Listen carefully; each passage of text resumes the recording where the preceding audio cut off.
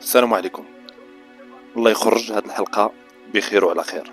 كنتمنى التوفيق للجميع. كم تقبلوا الهضره ديالي وتخليوا الراي ديالكم في التعليق باش يكون فيديو توعوي للمواطنين وفي صالح المواطنين. فرجه ممتعه. بغيت نعرف شكون الطريقه اللي هي صحيحه في هاد الطرق هادو اللي غادي تشوفوا اللي هي صالحه لاي سائق وفي نفس الوقت صالحه للطوموبيل ديالك.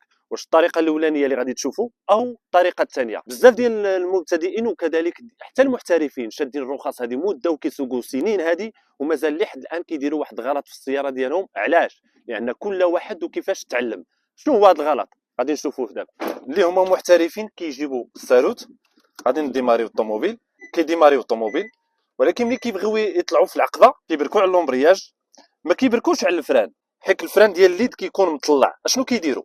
كيديروا بروميير هكا، ولكن ملي كيبغي يقلع ما كيحيدش الفران ديال اليد، لا كيخلي الفران ديال اليد كيبقى يطلق لومبرياج هكا وفي نفس الوقت كيكسيري.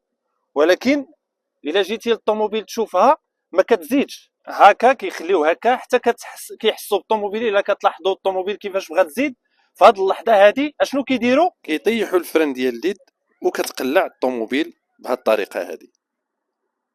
هذه هي الطريقه اللي كيديروا بعض المحترفين، ولكن واش صحيحه ولا ما صحيحاش؟ انا كنظن بانها طريقه هي قديمه، ولكن الطريقه اللي هي سهله للمبتدئين وكذلك حتى المحترفين مزيان يديروا هذه الطريقه هذه. هي هذه اللي غادي تشوفوا دابا، وفي نفس الوقت ما كتخليش داك المبتدئ مسكين اللي عاد بدا السياقه ان الدماغ ديالو يترش او يتقسم لاربعه ديال المراحل او ثلاثه ديال المراحل باش يقلع بهذه الطريقه. الطريقه اللي هي صحيحه وفي الصالح ديالكم هي هذه اللي غادي تشوفوا دابا. هذه هي الطريقه اللي كيديروا بعض المحترفين، ولكن واش صحيحه ولا ما صحيحاش؟ انا كنظن بانها طريقه هي قديمه، ولكن الطريقه اللي هي سهله للمبتدئين وكذلك حتى المحترفين مزيان يديروا هذه الطريقه هذه. هي هذه اللي غادي تشوفوا دابا، وفي نفس الوقت ما كتخليش داك المبتدئ مسكين اللي عاد بدا السياقه ان الدماغ ديالو يترش او يتقسم لاربعه ديال المراحل او ثلاثه ديال المراحل باش يقلع بهذه الطريقه. الطريقه اللي هي صحيحه وفي الصالح ديالكم هي هذه اللي غادي تشوفوا دابا. كتبرك على اللومبرياج حتى القاع،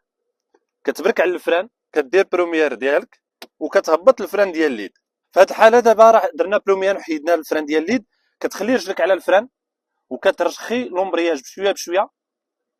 الا كتحس بالطوموبيل بدات كتبغي تزيد، ديك الساعه شنو خصك دير؟ كتحيد الفران وكتكسيري شويه وكتزيد ليك الطوموبيل. هذه هي الطريقه اللي هي صحيحه، يعني كترخي لومبرياج، كتخلي رجلك على الفران وترخي لومبرياج حتى تحس بالطوموبيل بدات كتزيد.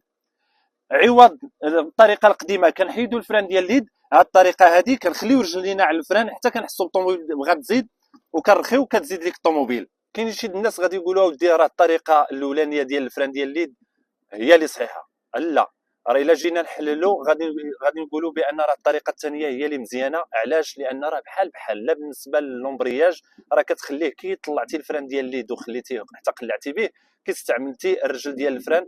بالنسبه للماسه ديال اللومبرياج هي الطريقه الثانيه هي اللي كتخلي المبتدئين ما يترش الدماغ ديالهم وما يجيهمش المراحل بزاف يديروهم، وفي نفس الوقت طريقه سلسه. وكنتمنى من عند الله انكم تقبلوا الهضره ديالي وتخليوا الراي ديالكم في التعليق، وتبارك الله عليكم بالتوفيق ان شاء الله للجميع.